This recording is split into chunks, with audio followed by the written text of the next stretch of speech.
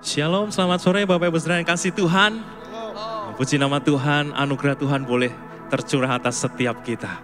Biarlah nama Tuhan dipermuliakan sore hari ini. Kita mau datang lebih lagi untuk membawa hati kita, jiwa kita untuk menyembah dan untuk memuliakan nama Tuhan.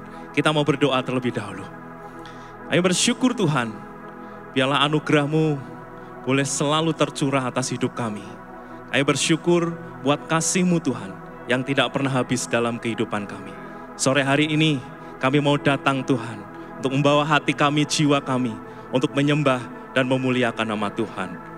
Terima kasih Tuhan Yesus, biarlah kuasa-Mu boleh mengalir atas setiap kami. Terima kasih Tuhan, hanya di dalam nama Tuhan Yesus kami sudah berdoa dan mengucap syukur kepadamu. Haleluya, amin. Haleluya, kita mau masuk gerbangnya bersama-sama dan kita mau bersyukur dengan penuh pujian. Haleluya.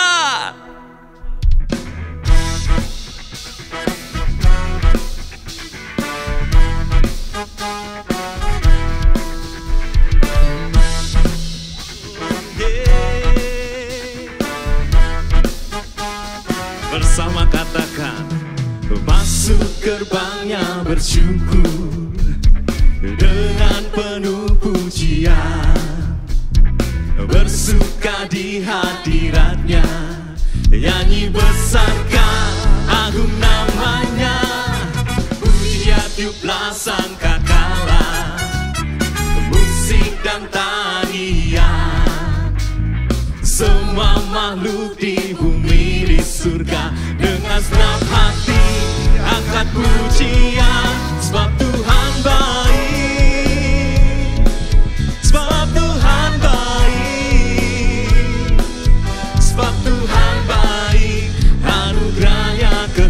Selamanya,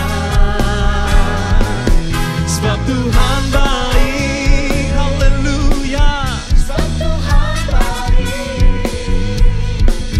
sebab Tuhan baik, anugerahnya kekal selamanya.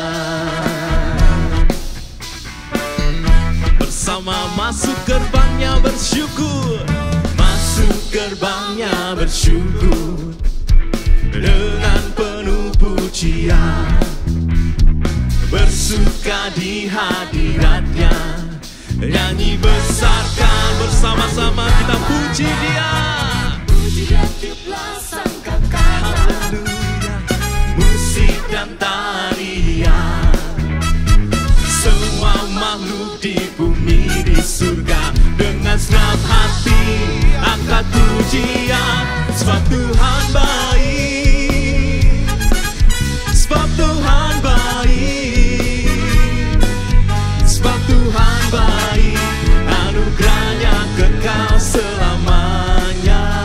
Haleluya, sebab Tuhan baik, sebab Tuhan baik, sebab Tuhan baik, anugerahnya kekal selamanya. Katakan sebab Tuhan baik, anugerahnya kekal selamanya. Haleluya, bersama katakan Yesus Kristus.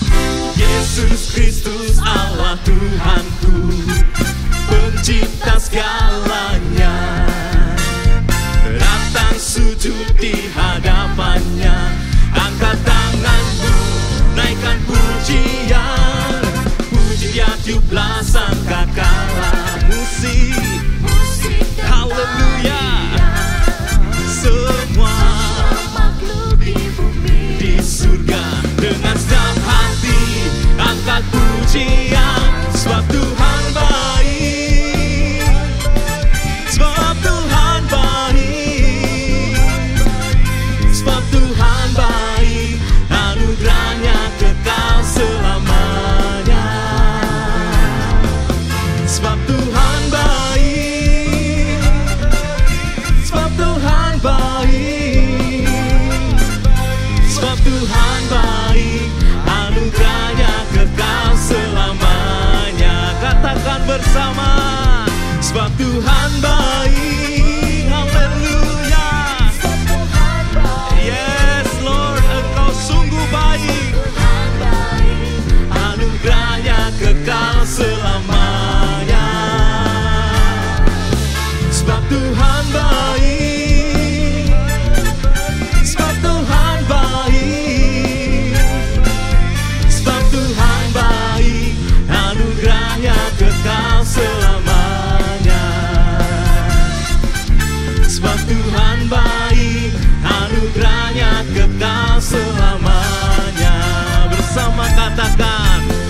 Tuhan baik, anugerahnya kekal selamanya. Haleluya. Berikan sorak-sorai bagi Tuhan kita. Terima kasih Tuhan, terima kasih Tuhan Yesus. Kita mau lebih lagi bersorak bagi nama Tuhan. Kita mau bersama-sama bersorak bagi nama Tuhan. Haleluya. Yes.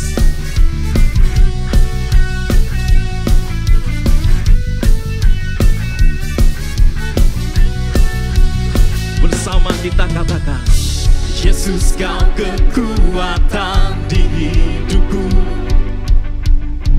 takkan gentar langkahku. Kau angkat tanganku di saat ku jatuh, Kaulah sumber kuatku. Lembah yang kelam kan ku lewati, sebab Engkau sertaku. Haleluya. Dengan imanku ku diselamatkan oleh kuasa Yesusku.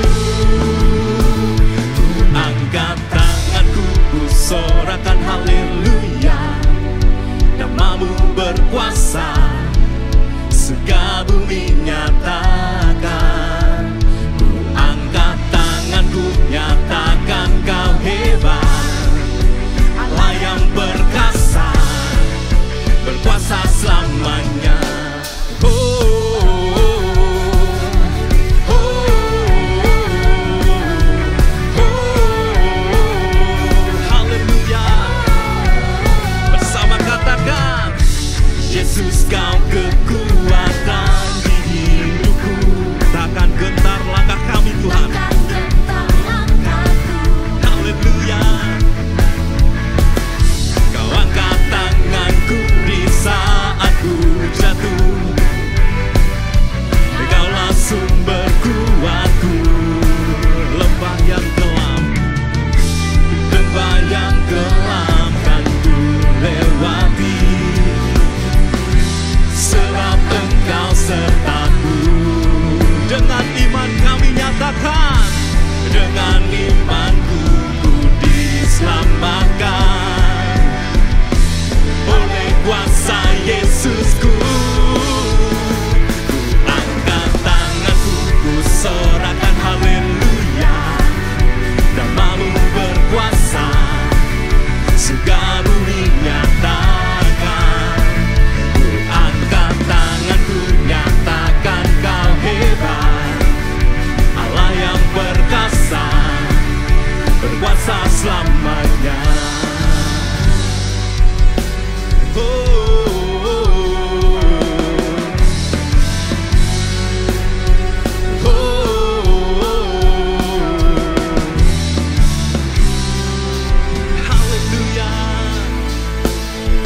Tangan ku sorakan haleluya. Namamu berkuasa, surga bumi nyatakan. Ku angkat tanganku, nyatakan kau hebat, Allah yang perkasa, berkuasa selamanya. Ku angkat tanganku, ku sorakan haleluya. Namamu berkuasa, surga bumi nyatakan.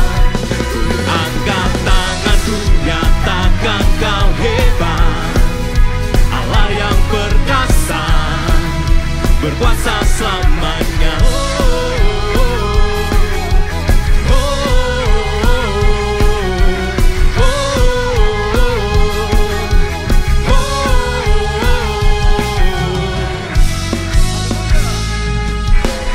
Haleluya. Terima kasih Tuhan. Haleluya. Terima kasih Tuhan. Bersyukur buat sore hari ini. Kami percaya Tuhan, kami punya Allah yang besar. Kami punya Allah yang besar Tuhan, yang sanggup mengubahkan segala sesuatu. Ayo bersyukur. Terima kasih Tuhan. Haleluya.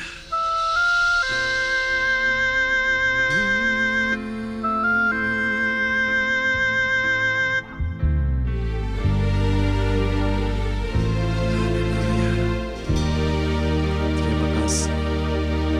Bersama kita katakan, ku hidup karena percaya Kau yang berjanji setia, pengharapanku selalu ada di dalam-Mu.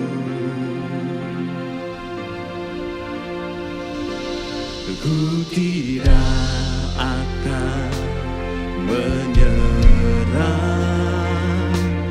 meski dalam kesesatan. Seluruh hidupku dalam genggaman-Mu. Haleluya. Aku punya Tuhan yang besar, yang telah berjanji dan sanggup menggenapi. Imanku bersepakat percaya kuasa-Nya. Ku terima sekarang kemenangan dari-Mu.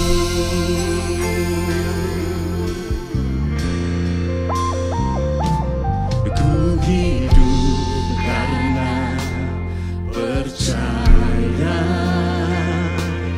Kau yang berjanji setia, pengharapanku selalu ada di dalam-Mu. Dan kami tidak akan menyerah Tuhan. Ku tidak akan menyerah, meski dalam kesesatan.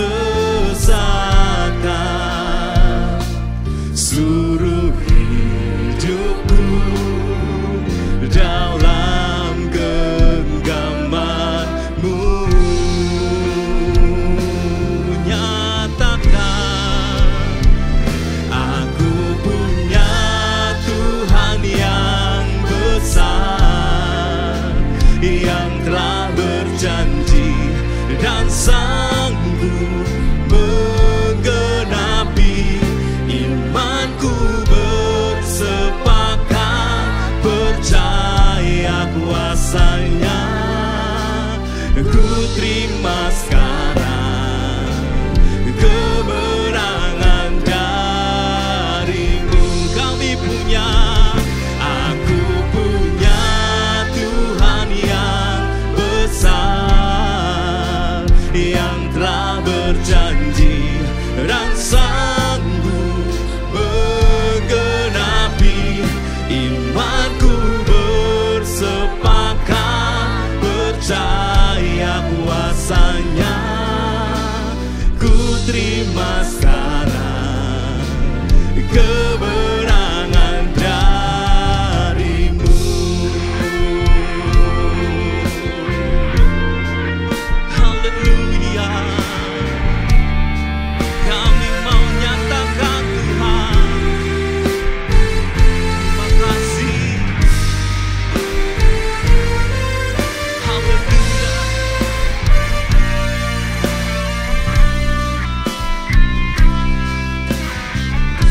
Jesus.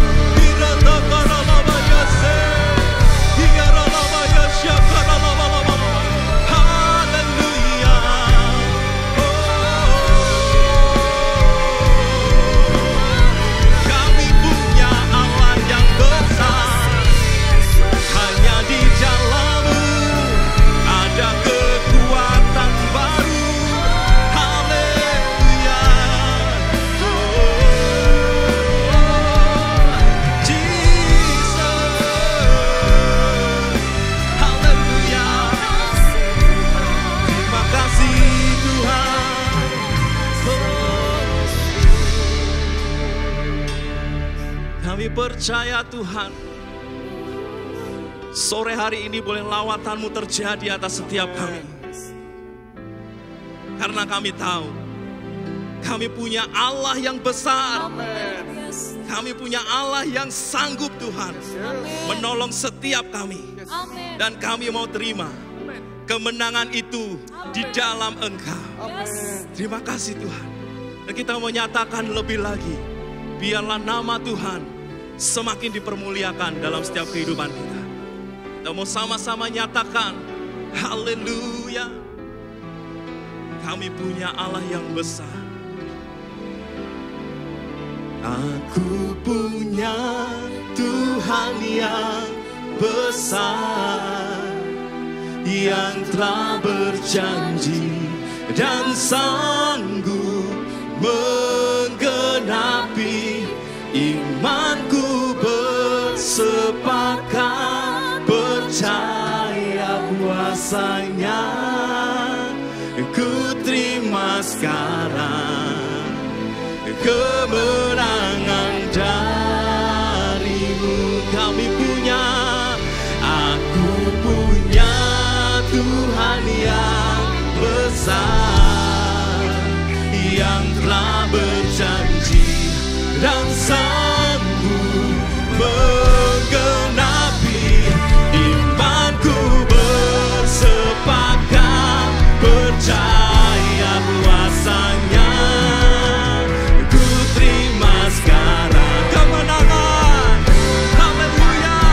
Sekali lagi katakan, aku punya Tuhan yang besar, yang telah berjanji dan sanggup menggenapi.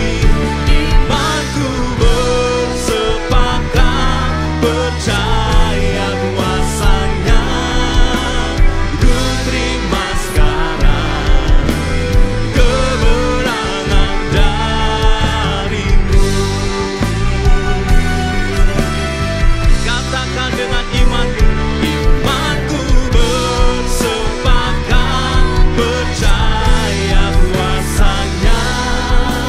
Ku terima sekarang kemenangan dari-Mu. Kami bersyukur Tuhan. Haleluya.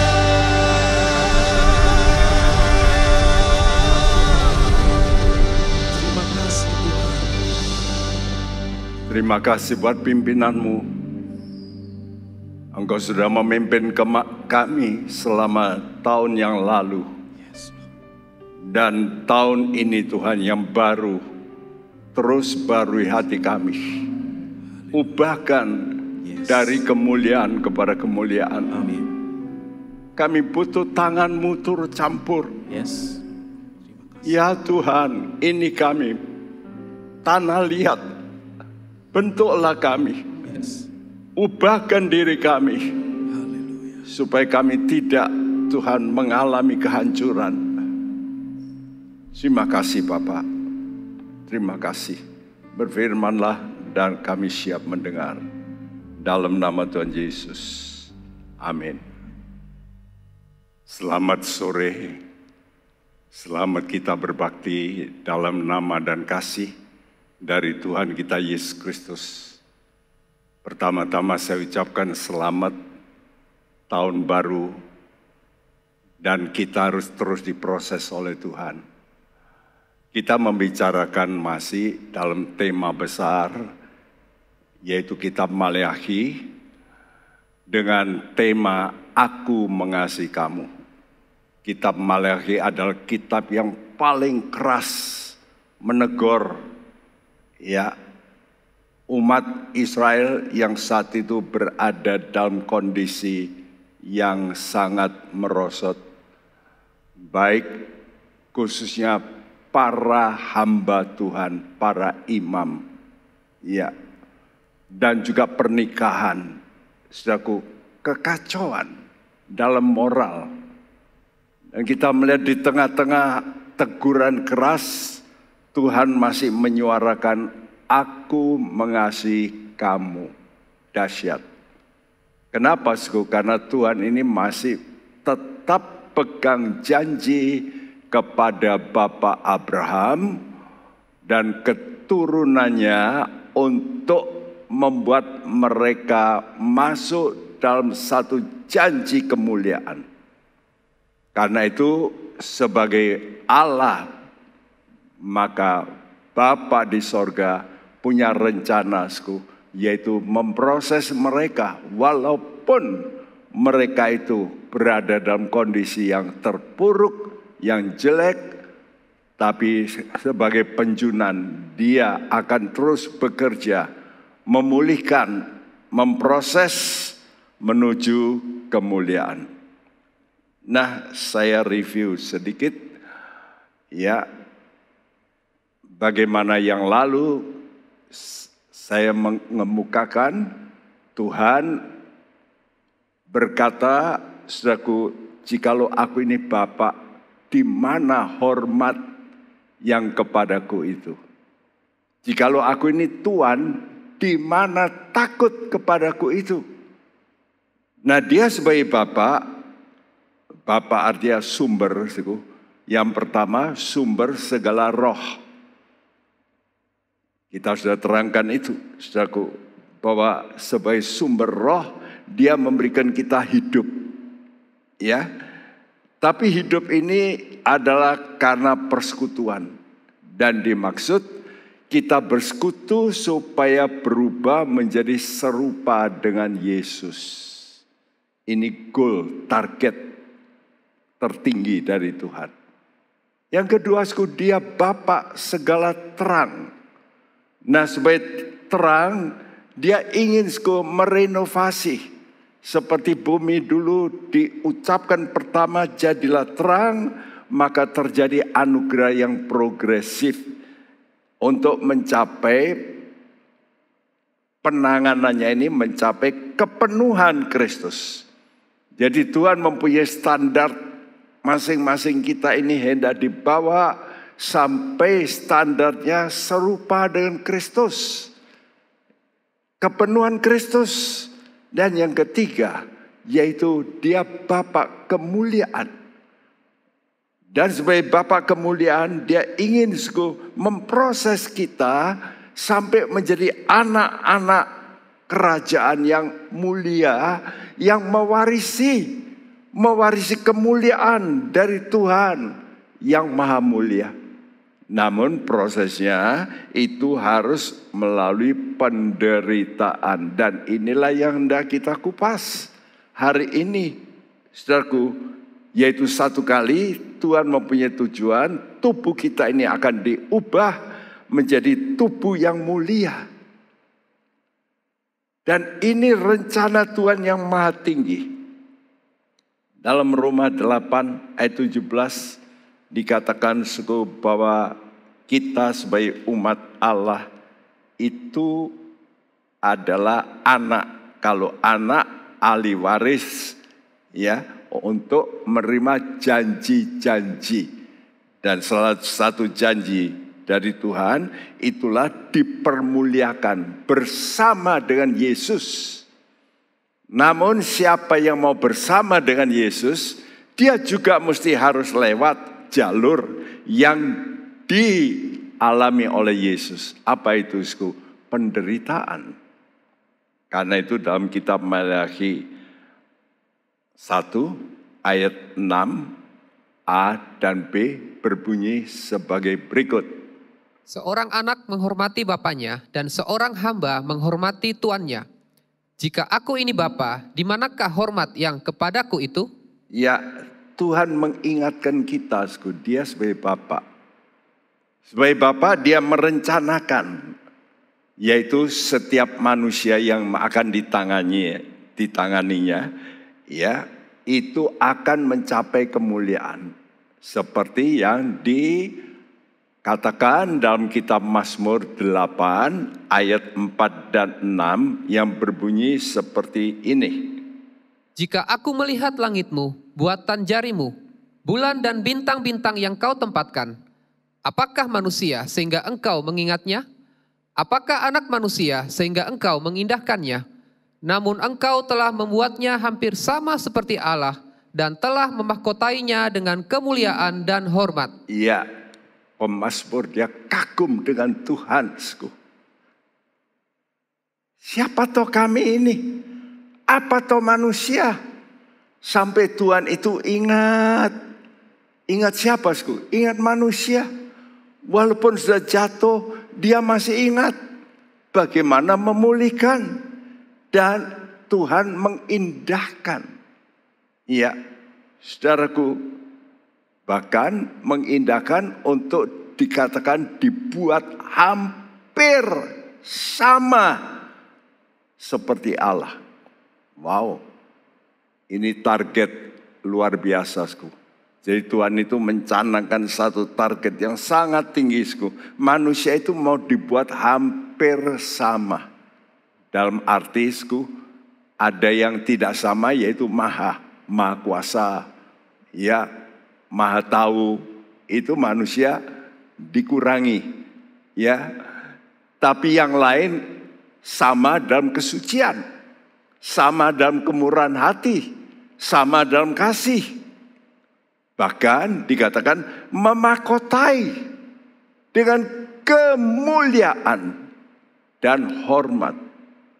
Wow, ini Mazmur ini ditulis, saudaraku, 3000 tahun yang lalu. Jadi Allah ini sudah punya rencana yang begitu tinggi untuk manusia. Karena itu dia bertanya, di mana hormatmu? Kalau aku mempunyai rencana yang begitu indah, di manakah hormatmu itu? Aku ini punya rencana yang baik. Kenapa kamu tidak mau menurut?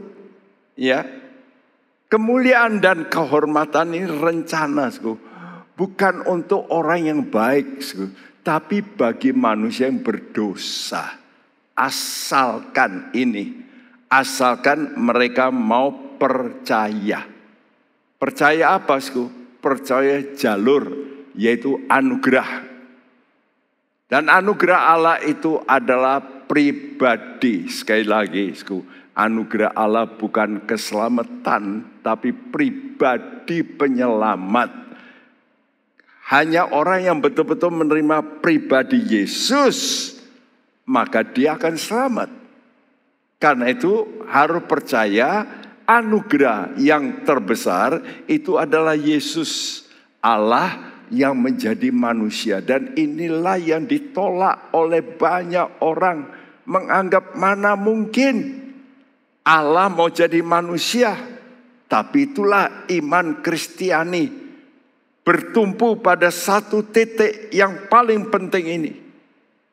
Dan kalau mau percaya pribadi anugerah ini yaitu Yesus, maka ada syarat yang berikut, yaitu taat. Nah, disinilah orang yang harus menuruti perintah-perintah Tuhan kadang-kadang bertentangan dengan pendapat pribadi, dengan perasaan pribadi, dengan pikiran pribadi. Dan disitulah timbul yang disebut penderitaan dalam jiwa. Namun apa kata Tuhan? Ini kasih karunia, yaitu Yesus sebagai anugerah. Surat Titus pasal 2 ayat 11-14 berbunyi, karena kasih karunia Allah yang menyelamatkan semua manusia sudah nyata. Ia mendidik kita supaya kita meninggalkan kefasikan dan keinginan-keinginan duniawi, dan supaya kita hidup bijaksana, adil, dan beribadah di dalam dunia sekarang ini, dengan menantikan penggenapan pengharapan kita yang penuh bahagia, dan penyataan kemuliaan Allah yang maha besar, dan juru selamat kita Yesus Kristus, yang telah menyerahkan dirinya bagi kita, untuk membebaskan kita dari segala kejahatan, dan untuk menguduskan bagi dirinya suatu umat, kepunyaannya sendiri yang rajin berbuat baik. Ya, setelah dosa masuk, maka dosa berkembang. Manusia lalu mulai berbuat perlawanan kepada Allah, pemberontakan, sehingga mulai terjadi kejahatan, Ya, macam-macam kefasikan, kenajisan, keinginan-keinginan nafsu. Nah, karena itu Allah yang penuh dengan kasih-Ku, Dia memberikan anugerah. Dan dikatakan karena kasih karunia Allah, yaitu anugerah Allah yang menyelamatkan semua manusia sudah nyata. Yaitu wujud. Dan wujudnya itu adalah pribadi Yesus. Yang punya tugas pertama menyelamatkan. Tapi tidak berhenti hanya menyelamatkan.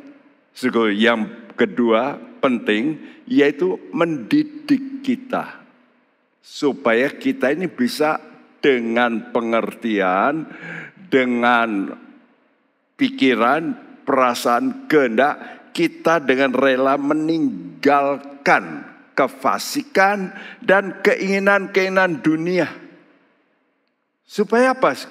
Supaya bijaksana, adil, dan beribadah. Jadi ujungnya itu ditunjukkan dengan satu perkara, ibadah. Ya. Jadi ini sangat penting.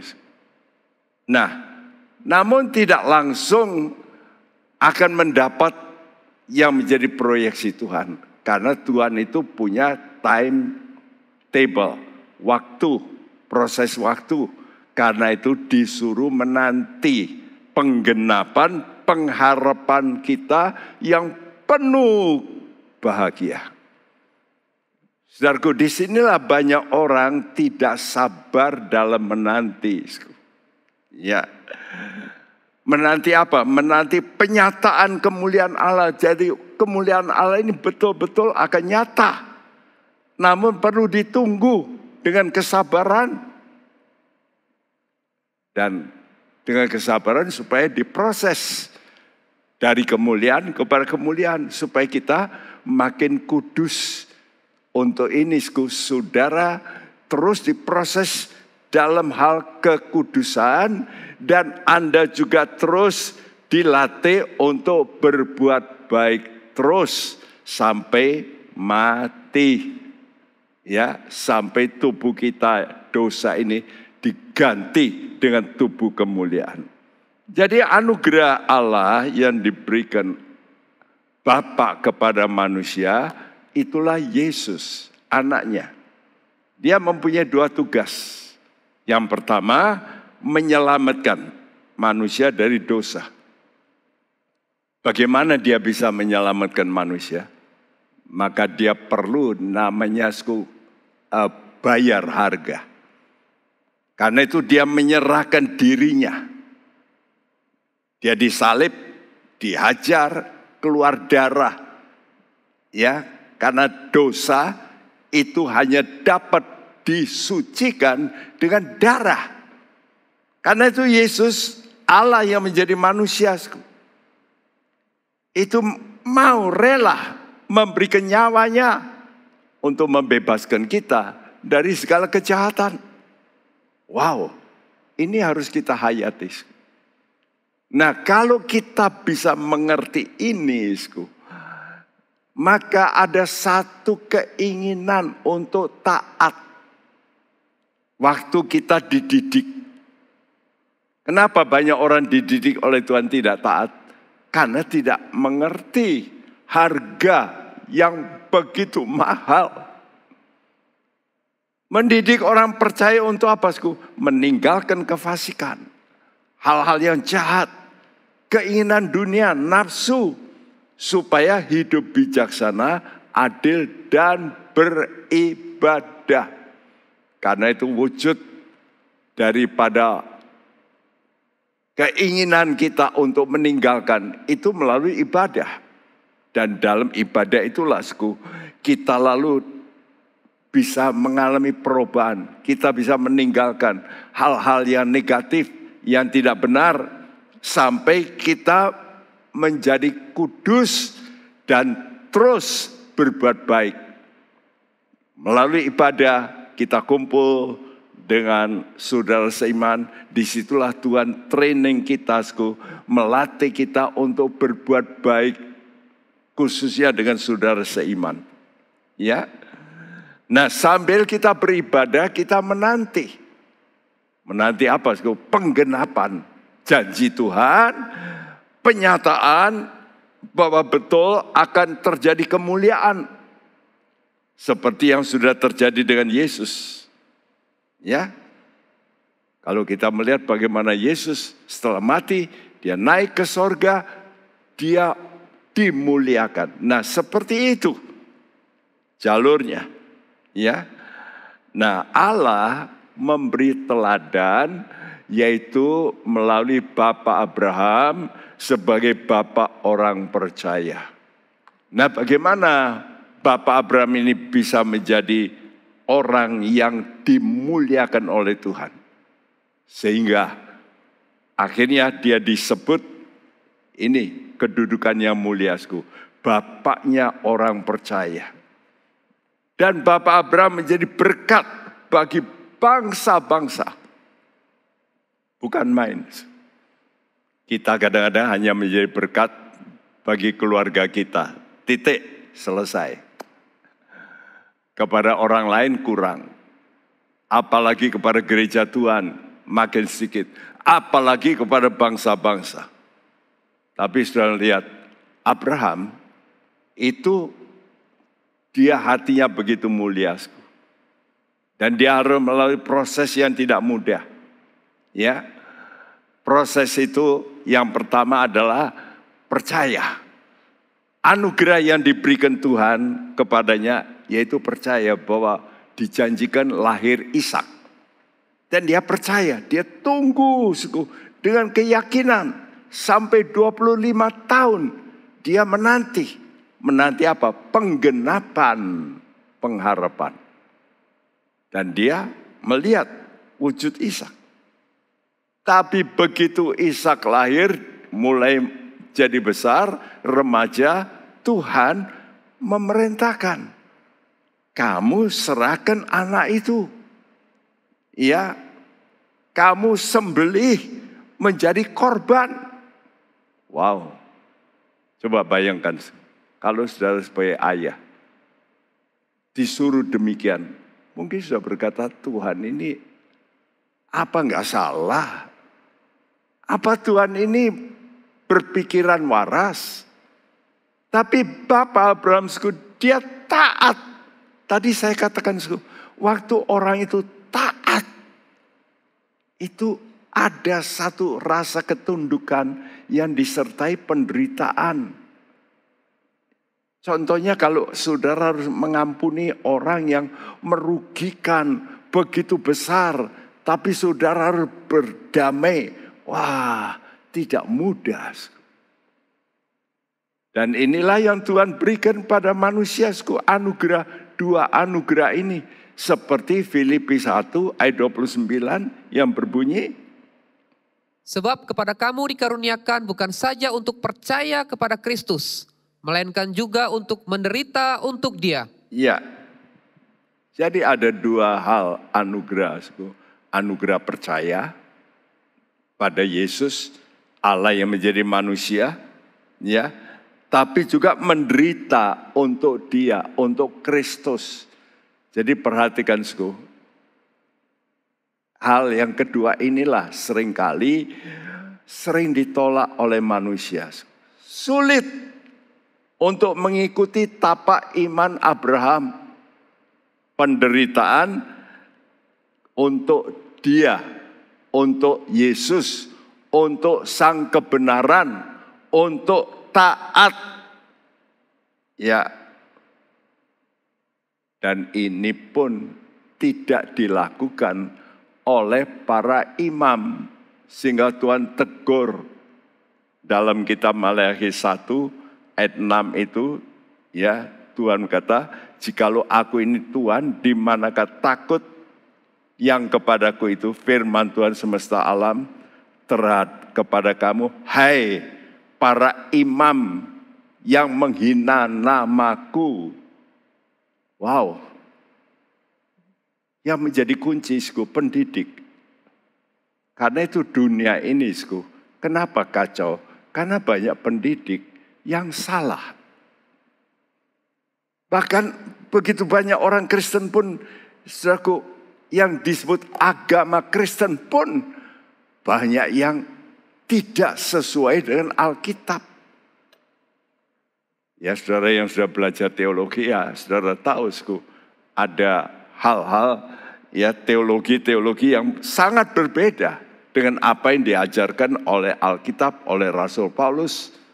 Ya, walaupun mereka menyebut agama Kristen. Siapa yang membuat itu?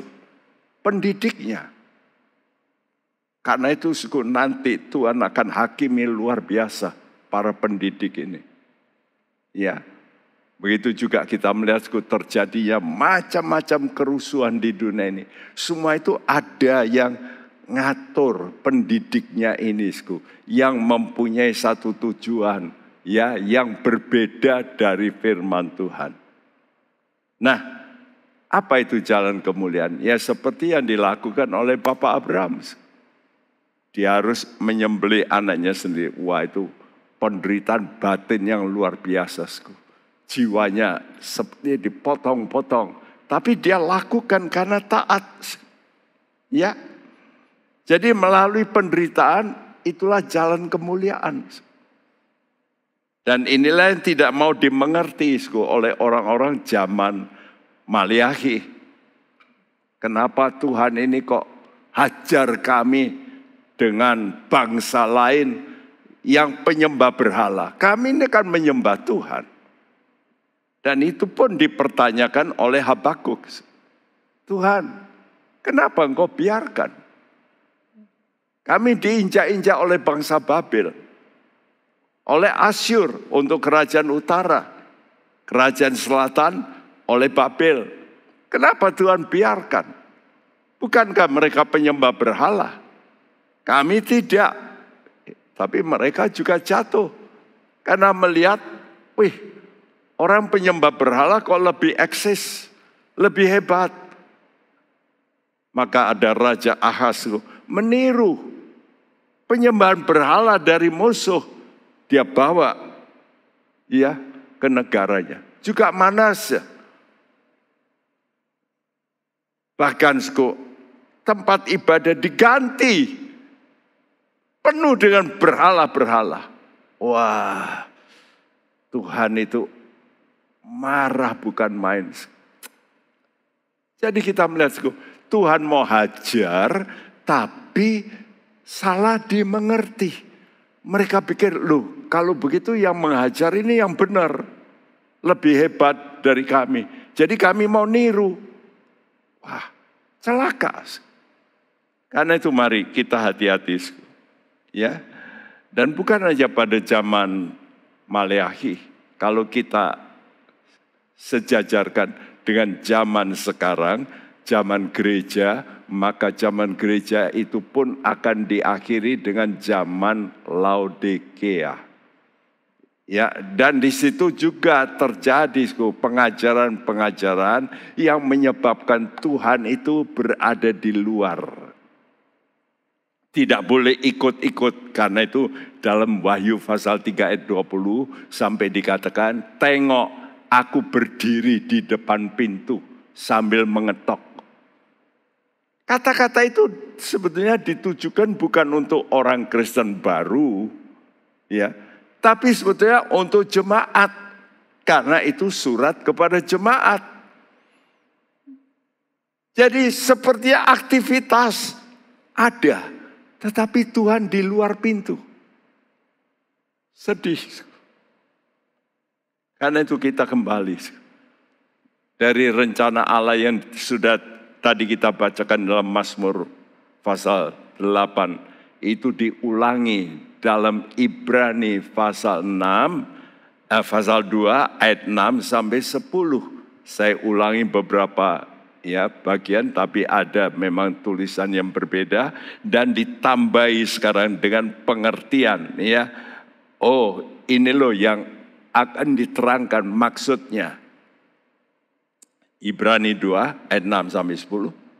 Ada orang yang pernah memberi kesaksian di dalam suatu nas, katanya, apakah manusia sehingga engkau mengingatnya? atau anak manusia sehingga engkau mengindahkannya? Namun engkau telah membuatnya untuk waktu yang singkat, sedikit lebih rendah daripada malaikat-malaikat, dan telah memahkotainya dengan kemuliaan dan hormat.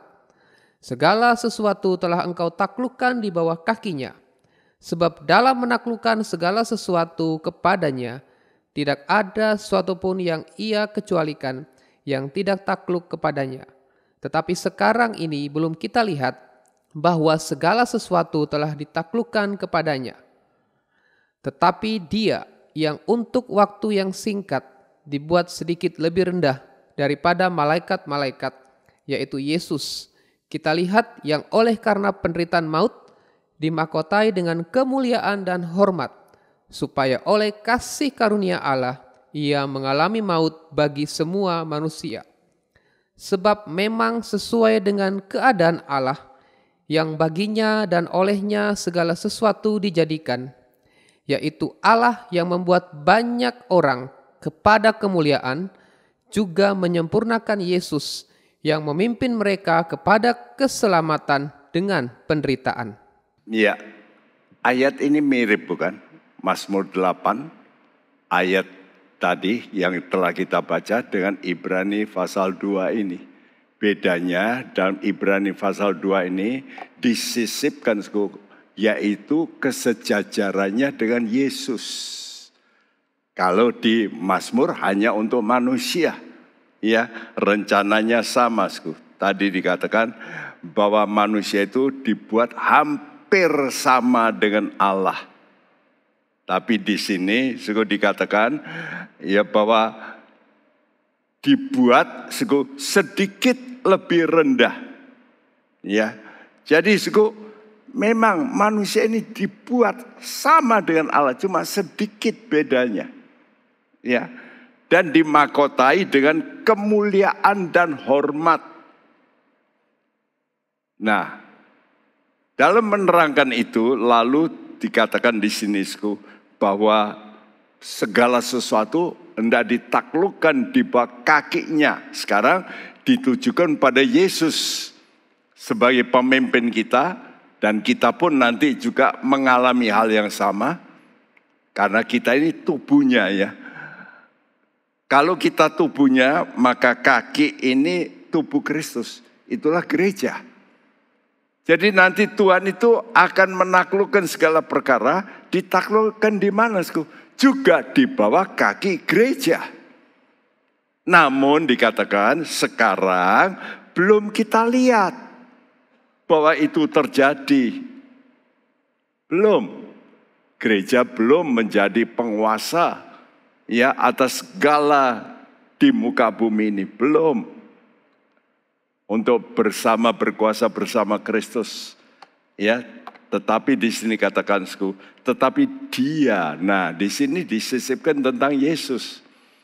Supaya kita ini lihat ini loh, aku kasih contoh Yesus.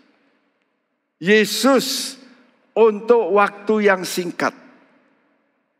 Nah, ini saya garis bawahi untuk waktu yang singkat dibuat sedikit lebih rendah dari malaikat. Bayangin, Allah dibuat sedikit lebih rendah dari malaikat. Sehingga waktu dia dalam kesulitan ditolong malaikat. Aneh ya. Kalau dia Allah, kenapa mesti ditolong malaikat? Tapi itulah fakta. Kenapa? Karena dia menjadi manusia sejati. Dia tidak pakai kealahannya. Supaya menjadi contoh bagi kita yang tepat.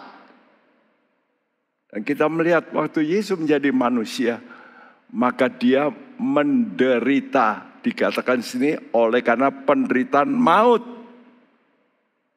Tapi oleh karena penderitaan itulah, maka dia dimahkotai dengan kemuliaan dan hormat. Kalau dalam Mazmur diterangkan tentang ya kemuliaan dan hormat. Tapi jalurnya bagaimana? Sekarang dalam surat Ibrani diterangkan. Ini loh, jalurnya ini diberi contoh Yesus. Oleh karena Yesus menderita, Karena kebenaran, maka dia dimahkotai dengan kemuliaan dan hormat. Ya, dan ayat yang ke-10 dikatakan, sesuai dengan keadaan Allah yang baginya dan olehnya segala sesuatu dijadikan, yaitu Allah yang membawa banyak orang kepada kemuliaan. Juga menyempurnakan Yesus. Jadi Yesus sebagai manusia, dia juga punya perasaan. Sebetulnya dia juga bisa menolak ya segala derita yang sebetulnya nggak perlu ditanggung. Tapi dengan jalur itulah, Yesus menunjukkan ketaatannya. Ya, itu berarti bagaimana Bapa, memberikan teladan kepada manusia, yaitu Yesus. Ikutilah Yesus yang juga harus dilewatkan penderitaan untuk supaya bisa sempurna dalam ketaatan. Ya. Nah, sekarang pertanyaannya, mengapa manusia mesti menderita? Ya karena dosa. Ya. Namun perhatikan penderitaan kita dan penderitaan Yesus untuk waktu yang singkat. 2 kali dituliskan. Ya. Untuk waktu yang singkat. Baik manusia maupun Yesus dibuat rendah dari malaikat dan mengalami penderitaan. Dan waktu kita menderita, kita mengeluh. Namun ada satu catatan, kenapa manusia mengeluh? Ratapan 3 ayat 39 berkata, mengapa orang hidup mengeluh? Biarlah setiap orang mengeluh tentang dosanya. Ya, kenapa mengeluh? Mengeluh karena dosanya, itu manusia. Kalau Yesus bukan karena dosanya, tapi karena dosa umat manusia.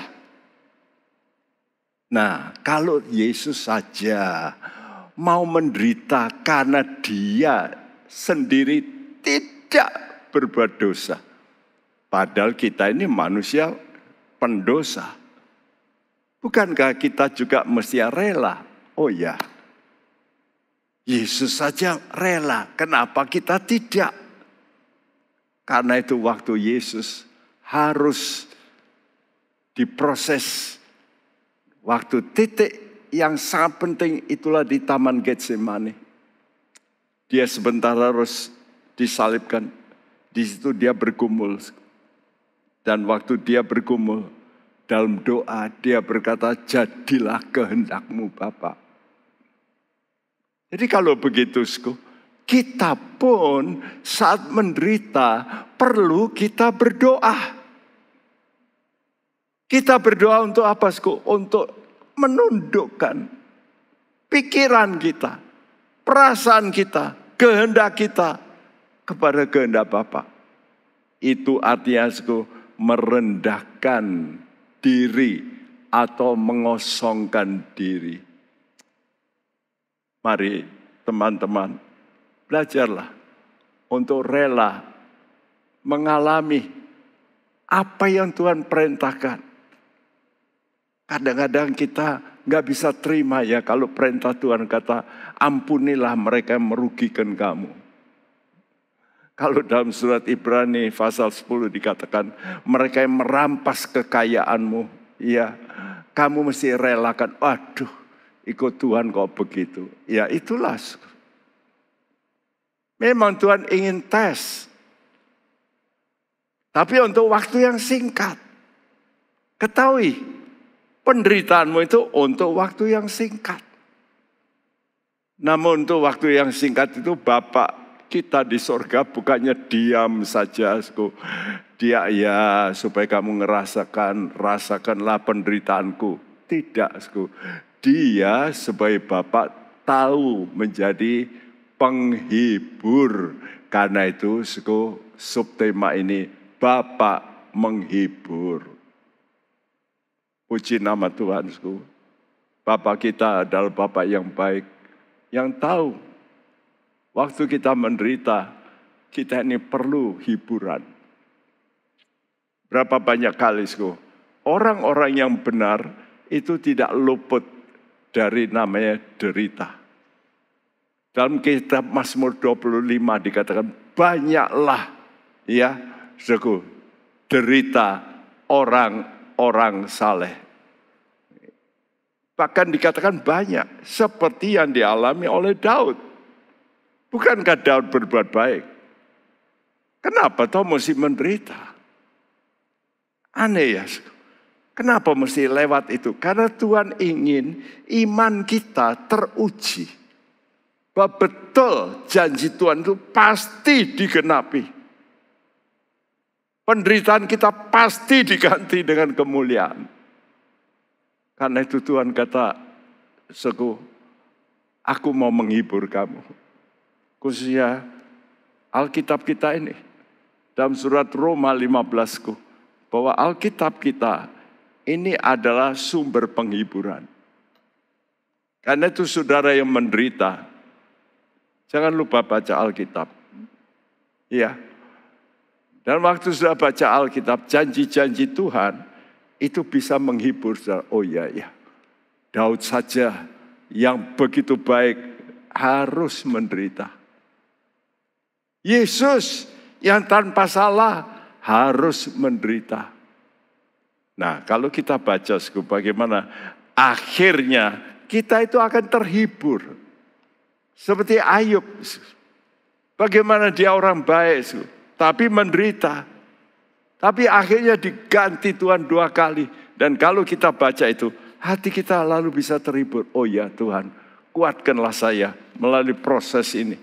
Supaya saya pun bisa kuat. Seperti saleh-saleh Tuhan. Semua saleh Tuhan yang benar melalui penderitaan. Bukan penderitaan karena dosanya. Tapi menderita karena benar. Tadi katakan menderita untuk Dia. Untuk Yesus. Untuk kebenaran. Ya, karena itu waktu saudara menderita. Saudara perlu mempunyai harapan. Satu kali saya besuk kepada seorang yang berada di rumah sakit Telogorejo. Saya tahu dia seorang majelis gereja lain, tapi waktu itu saya kunjungan ke jemaat kami, lalu lihat dia terbaring dan dia rasanya hopeless sudah.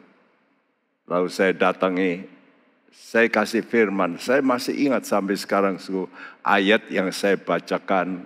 Ya, sambil dia dengarkan, saya buka Alkitab saya bacakan Mazmur 119 ayat yang ke-49 dan 50.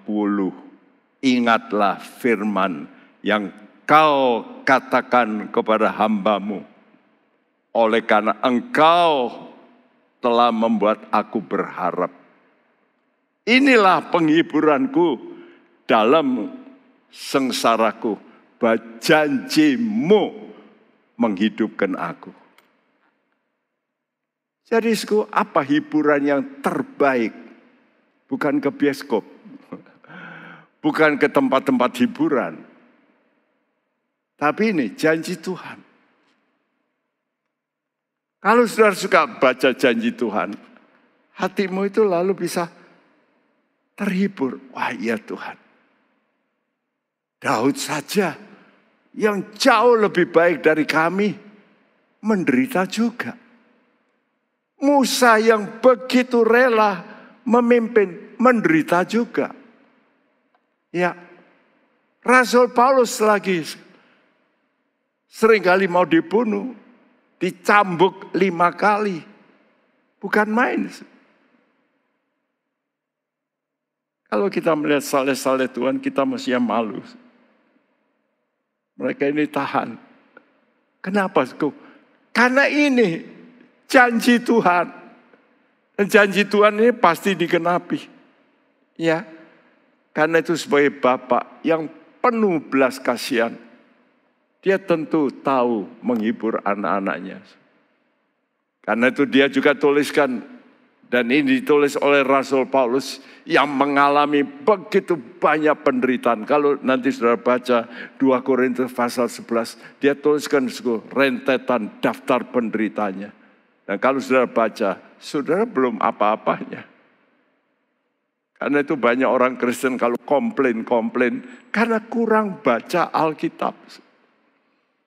Kalau saudara baca Alkitab dan melihat bagaimana Paulus terus dikejar-kejar untuk dibunuh, padahal dia ingin menyelamatkan melalui pemberitaan Injil, tapi disalah mengerti. Dia tinggalkan kemuliaannya sebagai ahli Taurat, orang Farisi, dia tinggalkan semuanya. Dia rela mati untuk Tuhan. Mari kita bacakan apa yang dialami Paulus dalam 2 Korintus 1 ayat 3-5.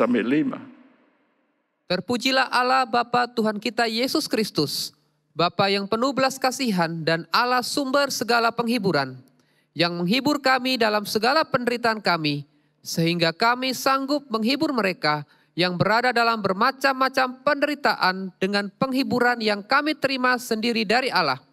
Sebab sama seperti kami mendapat bagian berlimpah-limpah dalam kesengsaraan Kristus, demikian pula oleh Kristus kami menerima penghiburan berlimpah-limpah. Iya, kapan saudara bisa menghibur orang lain? Kalau saudara sendiri mengalami penghiburan, seperti yang dialami oleh Paulus ini. Dia tahu siapa bapaknya, Bapak yang penuh belas kasihan. Mari kita memandang kepada Tuhan bukan sebagai Tuhan yang jahat, Tuhan yang hanya memerintah, tapi Dia adalah Allah yang penuh belas kasihan. Melihat kita menderita, Dia penuh belas kasihan. Saudaraku, memang Dia tidak cepat-cepat menolong kita seperti apa yang kita minta. Tapi hatinya iba waktu Dia melihat kita mengalami derita, menangis. Dia berkata, tunggu sabar. Nak, sabar. Karena anakku Yesus juga mengalami yang sama. Saleh-saleh Tuhan juga mengalami yang sama. Bapak yang penuh belas kasihan. Dan Allah sumber segala penghiburan. Nah, kalau sudah menderita, jangan lupa, lari kepada Yesus, kepada Bapa, sumbernya penghiburan, yang menghibur dalam segala penderitaan. Nah, kalau sudah mengalami penghiburan Tuhan, sehingga kami sanggup menghibur orang lain yang juga mengalami bermacam-macam penderitaan. Ya. Nah, ayat kelima mengatakan, sebab sama seperti kami mendapat bagian berlimpah-limpah dalam kesengsaraan Kristus, demikian pula oleh Kristus kami menerima penghiburan berlimpah-limpah. Saya garis bawahi oleh Kristus. Dan kesengsaraan Kristus. Jadi perhatikan, sengsaramu itu harus terkait dengan kata Kristus. Kenapa kok Kristus? Dipakai ungkapan Kristus. Ya, saudara, karena Bapa ini, Allah yang menentukan jalur kemuliaan, memang itu melalui Yesus. Dan Yesus itu jalan kebenaran.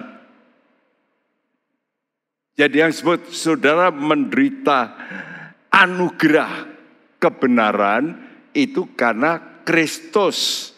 Ya, menderita karena kebenaran ini itulah yang disebut sengsara Kristus. Seperti dalam surat Filipi tadi, menderita untuk Dia. Ya. Dan kalau kita betul-betul menderita karena Kristus, kesengsaraan Kristus, dikatakan oleh Kristus. Jadi perhatikan kata ini. Kenapa dipakai ungkapan oleh Kristus? Karena kata Kristus ini berarti yang diurapi. Allah, yaitu Yesus, setelah naik ke sorga, dia diurapi sebagai Kristus. Dulu dia Yesus, ya. Tapi waktu dia sudah naik ke sorga, dia itu menjadi Kristus. Artinya Yesus yang diurapi. Sehingga waktu Yesus diurapi, dia mencurahkan Roh Kudus kepada kita. Karena itu kita juga waktu menderita perlu apa? Perlu namanya roh penghibur. Tetesan daripada Yesus Sang Pembaptis dengan roh. Karena itu ikutilah jalurnya Tuhan, sengsaranya yang benar. Ya, jangan takut. Kenapa? Karena Tuhan tahu ya keadaan dunia yang penuh dengan dosa memang akan membenci. Karena iblis inilah musuh Tuhan. Dan dia akan pakai manusia untuk apa? Untuk melawan kepada Tuhan. Muncullah orang-orang yang akan membenci kita. Walaupun kita memakai jalan yang betul, mereka benci. Lihat saja, kalau sudah dalam satu grup, orang-orang yang suka korupsi, saudara benar, wah, saudara dibenci. Saya sendiri harus mendoakan orang-orang yang terjun di politik. Dan mereka dipakai cara-cara ya kadang-kadang dengan cara gaib ya, yang namanya mistik ya, dikirim ya serangan-serangan untuk apa? Untuk membuat grogi supaya jangan diteruskan benar itu. Bukankah begitu? Jadi yang benar ini banyak musuhnya. Ini fakta hidup. Karena itu dalam konteks Yohanes 15 ayat 18 sampai 27, Tuhan itu Yesus sendiri sebelum berpisah dari murid-muridnya, dia pesan-pesan, kamu ini ada di dalam dunia. Dan kamu bukan orang dunia. Kamu lahir dari atas. Ya. Karena itu aku peringatkan kamu. Kamu juga kalau dunia membenci aku, maka dunia akan membenci kamu juga. Seperti yang ditulis dalam ayat 23 sampai 25. Barang siapa membenci aku, ia membenci juga Bapakku. Sekiranya aku tidak melakukan pekerjaan di tengah-tengah mereka, seperti yang tidak pernah dilakukan orang lain, mereka tentu tidak berdosa. Tetapi sekarang, walaupun mereka telah melihat semuanya itu, namun mereka membenci baik aku maupun Bapakku. Tetapi firman yang ada tertulis dalam kitab Taurat mereka harus digenapi. Mereka membenci aku tanpa alasan. Ya, mereka membenci aku tanpa alasan. Dan ini sudah dituliskan jauh-jauh hari dalam kitab Taurat, yaitu dalam kitab Mazmur. 2 kali ya, dalam kitab Mazmur dinyatakan bahwa mereka itu nanti akan membenci. Ya, saudaraku. Jadi sudah dinubuatkan tanpa alasan. Alasan yang logis. Dan ini fakta. Teman-temanku, orang-orang percaya, hamba-hamba Tuhan, kenapa Anda menderita? Ya karena ini. Ya, jadi mereka lakukan perlawanan-perlawanan karena mereka memang didorong oleh roh-roh yang tidak benar, yang ingin melawan pada Yesus. kebenaran. Ya, seperti di sini, barang siapa membenci aku, ia membenci Bapakku juga. Ya, kalau mereka membenci aku, mereka juga membenci kamu tanpa alasan. Aneh ya, dunia ini aneh. Orang yang baik justru dibenci. Ini fakta. Fakta yang sudah bisa lihat dalam negara kami. Negara kita ini. Ya, juga di luar negeri sama. Ya, namun perhatikan, kalau sudah dibenci, jangan saudara itu patah hati. Justru itu mungkin harus sudah berkata, wah ini aku kalau gitu ya sama seperti Yesus. Mesti akan begitu tanggapan saudara, respon saudara. Kalau menderita karena benar, itu mesti, ini tanda, saya juga seperti Yesus. Akhirnya akan duduk di sebelah kanan Bapa. Itulah yang dilakukan oleh Yesusku. Dia terus melihat ke depan. Ya. Nah, jadi derita karena kebenaran pasti akan diubah. Menjadi apa? Jadi sukacita. Ya, seperti yang diungkapkan Yesus dalam Yohanes 16 ayat 20. Aku berkata kepadamu, sesungguhnya kamu akan menangis dan meratap, tetapi dunia akan bergembira, kamu akan berduka cita, tetapi duka citamu akan berubah menjadi sukacita. Jadi kalau saudara menderita karena benar, mestinya tanggapan saudara, waduh, kalau begitu ya saya seperti ikuti jalurnya yang benar yang dilakukan oleh Yesus. Dan kalau saudara bisa berpikiran seperti itu, merespon seperti itu, saudara itu punya pengharapan. Wah, kalau begitu saya pun akan dipermuliakan seperti Yesus. Karena itu, saudaraku, dalam Roma 15 ayat 13 dikatakan seperti ini. Semoga Allah sumber pengharapan memenuhi kamu dengan segala sukacita dan damai sejahtera dalam iman kamu, supaya oleh kekuatan Roh Kudus kamu berlimpah-limpah dalam pengharapan. Iya, Tuhan itu sumber pengharapan, memberikan kita sukacita dan ditambah dengan Roh Kudus.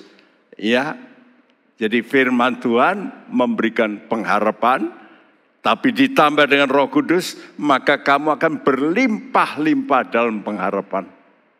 Luar biasa, ya. Jadi hanya orang yang punya pengharapan bisa bersukacita. Kalau begitu saya akan jadi seperti Yesus. Karena itu kalau sudah menderita benar, sudah mesti berkata, Tuhan terima kasih. Saya boleh mencicipi seperti yang Engkau alami. Saya pun akan mengalami itu. Aku bersyukur. Karena itu pesan Tuhan waktu dia mau mengutus murid-muridnya. Dia mendidik mereka. Naik ke bukit. Di atas bukit. Dia memberikan khotbah di atas bukit. Dengan 5-7 sifat yang harus dimiliki. Lalu Tuhan berkata berikut ini. Dalam Matius 5 ayat 10-12. Berbahagialah orang yang dianiaya oleh sebab kebenaran, karena merekalah yang empunya kerajaan surga. Berbahagialah kamu, jika karena aku kamu dicela dan dianiaya dan kepadamu difitnahkan segala yang jahat. Bersukacita dan bergembiralah, karena upahmu besar di surga. Sebab demikian juga telah dianiaya nabi-nabi yang sebelum kamu. Iya, saya juga pesan pada hamba-hamba Tuhan. Kalau Anda mulai melayani jemaat dan jemaat saudara mulai membuli Anda rasanya aduh berat. Ya justru saat itulah Anda mesti ingat perkataan Tuhan ini. Ya, kamu berbahagia. Kamu harus bersukacita. Karena memang harus begitu. Jadi saya ragukan kalau hamba Tuhan tidak mengalami derita. Ya, Dan derita itu kadang-kadang bukan dari orang lain yang di luar kekristenan, bahkan oleh jemaat sendiri. Seperti yang dikatakan oleh Paulus dalam 2 Korintus 11. Dari semua daftar yang dia ketengahkan penderitaan, dan dia berkata, dan yang sangat menyedihkan dia dikatakan terakhir, karena menderita karena jemaat. Namun syukur, saya melihat jemaat-jemaat saya yang saya pimpin dulunya membuli memang, karena mereka masih belum dewasa. Tapi setelah mendengar firman, mereka berubah. Ya. Jadi sekarang sudah yang lama-lama itu tidak lagi melakukan serangan-serangan. Mereka sudah sadar. Dan ini kebahagiaan. Tambah bahagia, saudaraku. Karena itu mari kita sebagai pelayan-pelayan Tuhan, anak-anak Tuhan, jemaat Tuhan, kita mesti minta Tuhan, tunjukkan kemuliaan. Saya butuh Roh Kudus. Itulah kemuliaan, roh kemuliaan yang bisa membimbing aku. Supaya aku bisa mengalami sukacita yang memberikan aku kekuatan. Pengharapanku makin besar. Tunjukkan kemuliaan-Mu Tuhan. Tunjuk kemuliaan-Mu, oh Juru Selamat. Buka mataku dan ku kan melihat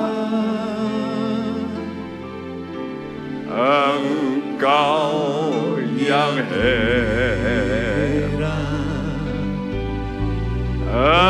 Engkau yang mulia. Tunjuk kemuliaan-Mu, ku akan sempurna. Nyanyikan dengan kerinduan. Tunjuk kemuliaan-Mu, oh Juru Selamat. Buka mataku dan ku kan melihat Engkau yang heran, Engkau yang mulia. Tunjuk kemuliaan-Mu, ku akan sempurna. Saat saya menyampaikan hal doa, saya masih ingat di Wisma Kinasi, mungkin 30 tahun yang lalu. Saudaraku, saya altar call hamba-hamba Tuhan karena yang datang itu aktivis dan banyak hamba Tuhan. Saudaraku, saya bercerita tentang bagaimana kita sebagai pelayan-pelayan Tuhan kadang-kadang harus menggenapkan penderitaan yang kurang dari Kristus. Itu kata-kata ditulis di Alkitab. Penderitaan yang kurang. Artinya karena Yesus sudah naik ke sorga, maka tubuhnya masih di bumi. Dan kalau kita ini tubuhnya, kalau dia menderita, bukankah tubuhnya juga harus menderita? Saudaraku, waktu saya altar call, pendeta itu maju. Ya, kebetulan saya entah bagaimana dia menangis begitu rupa, saya peluk dia makin nangis. Dia berkata, Pak Bekti, saya kalau nggak hadir ke sini, saya sudah berketetapan untuk meninggalkan jemaat saya. Saya dibully Saya sudah Tuhan, aku nggak kuat. Sudah, saya memutuskan. Tapi aku mendengar firman Tuhan. Oh, kalau gitu aku harus teruskan. Aku harus menderita karena Yesus. Dan dia berkata, terima kasih. Aku tidak mau lagi untuk meninggalkan sebagai hamba Tuhan. Aku mau teruskan sampai aku selesai. Dan biar kekuatan dari Tuhan itu juga Anda dengarkan bagi saudara yang sekarang mengalami penderitaan, kesulitan. Karena Kristus tunjuk kemuliaan. Mari kita berdiri bersama. Oh Juru Selamat, buka mataku,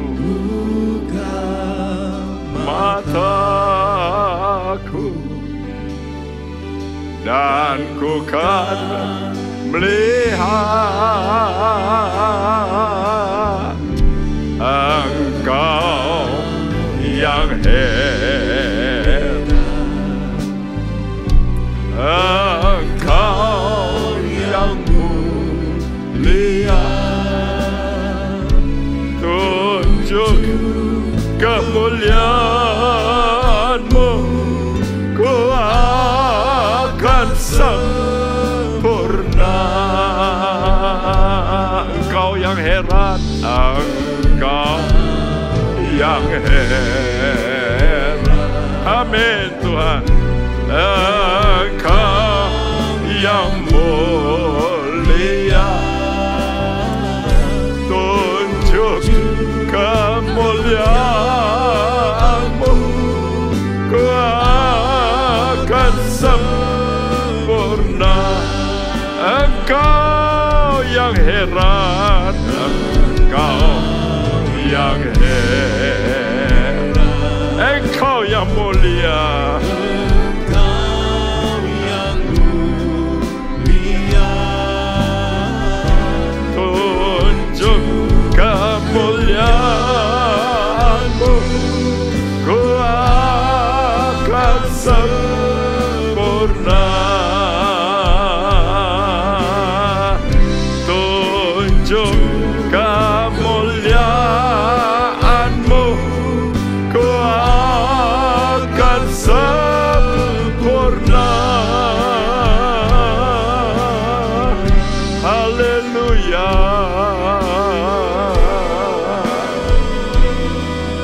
Sempurnakan kami Tuhan.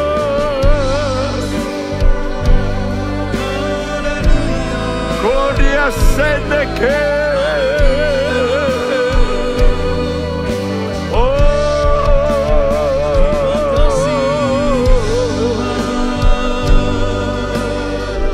Haleluya, haleluya.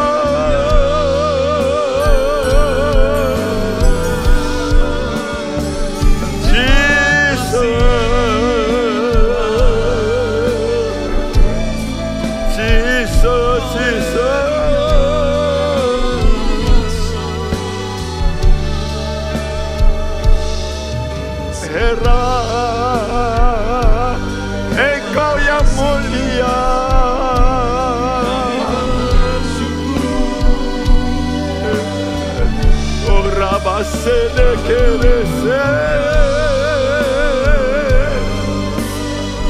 haleluya, haleluya.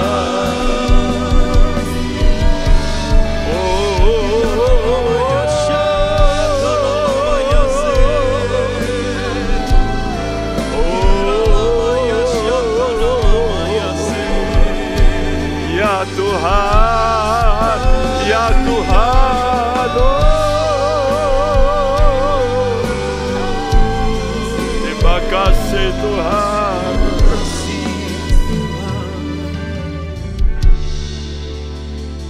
Biarlah firman-Mu Tuhan menjadi penghiburan kami. Kalau Daud 2 kali berbicara dalam kitab Mazmur, bagaimana dia berkata, banyak orang yang memusuhi aku, banyak mereka yang membenci aku tanpa alasan. Tuhan, Itu penghiburan kami. Kalau kami menderita karena benar, seharusnya kami berkata, oh, di situ aku menjadi pelaku dari firman-Mu. Sesuai dengan firman-Mu, aku pasti akan dimuliakan. Sesuai dengan firman-Mu, pasti aku akan menerima kehormatan dari Allah. Semua anak-anak Tuhan yang mengalami duka cita waktu menderita, marilah dengar firman Tuhan ini dan kau berkata, glory, glory, hatiku berglori. Amin. Karena seperti firman-Mu, aku pasti mendapat kemuliaan. Aku pasti menerima kemuliaan yang kau sudah canangkan buat kami yang menderita karena kebenaran. Terima kasih Bapak, terima kasih, terima kasih, terima kasih, terima kasih. Berkati semua anak-anak-Mu, keluarga anak-anak-Mu, khususnya mereka menderita dengan penghiburan-Mu yang limpah Tuhan. Terima kasih. Kami berdoa untuk bangsa negara kami, juga beri kekuatan pada para pemimpin kami. Dan kami mau menerima berkat-Mu. Saudaraku, terimalah berkat daripada Allah Bapa kita, dari Tuhan kita Yesus Kristus, dan persekutuan Roh Kudus. Tuhan memberkati engkau. Amin. Dan melindungi engkau. Amin. Menyinari engkau dan wajahnya, dan memberi engkau kasih karunia. Yes. Menghadapkan wajahnya padamu, dan memberikan engkau damai sejahtera. Mulai hari ini sampai Maranatha dia datang kembali. Dan setiap kita yang percaya berkata bersama, amin. Amin. Tuhan memberkati. Donor darah massal bekerja sama dengan UDD PMI Kota Semarang diadakan hari Sabtu 14 Januari jam 9 sampai 12 siang di lantai 5 GBT Kristus Alpha Omega Gajah Mada. Hai Inspiration People, jangan lupa untuk mengikuti iGen Online Service setiap Sabtu jam 5 sore di YouTube channel Generasi Inspirasi. God bless. Penyaluran kolekte maupun persembahan lainnya dapat dilakukan melalui transfer ke nomor rekening gereja dengan nomor 009 707 2071 atas nama Megawati dan Lee Irwande atau dengan scan QR Code berikut ini. Bagi jemaat Tuhan yang rindu mendapatkan informasi seputar kegiatan gereja, renungan harian, dan lain-lain melalui WhatsApp gereja, Anda dapat mendaftar dengan cara ketik BC spasi on dan mengirimkan ke WA gereja dengan nomor 0815 7802 2000.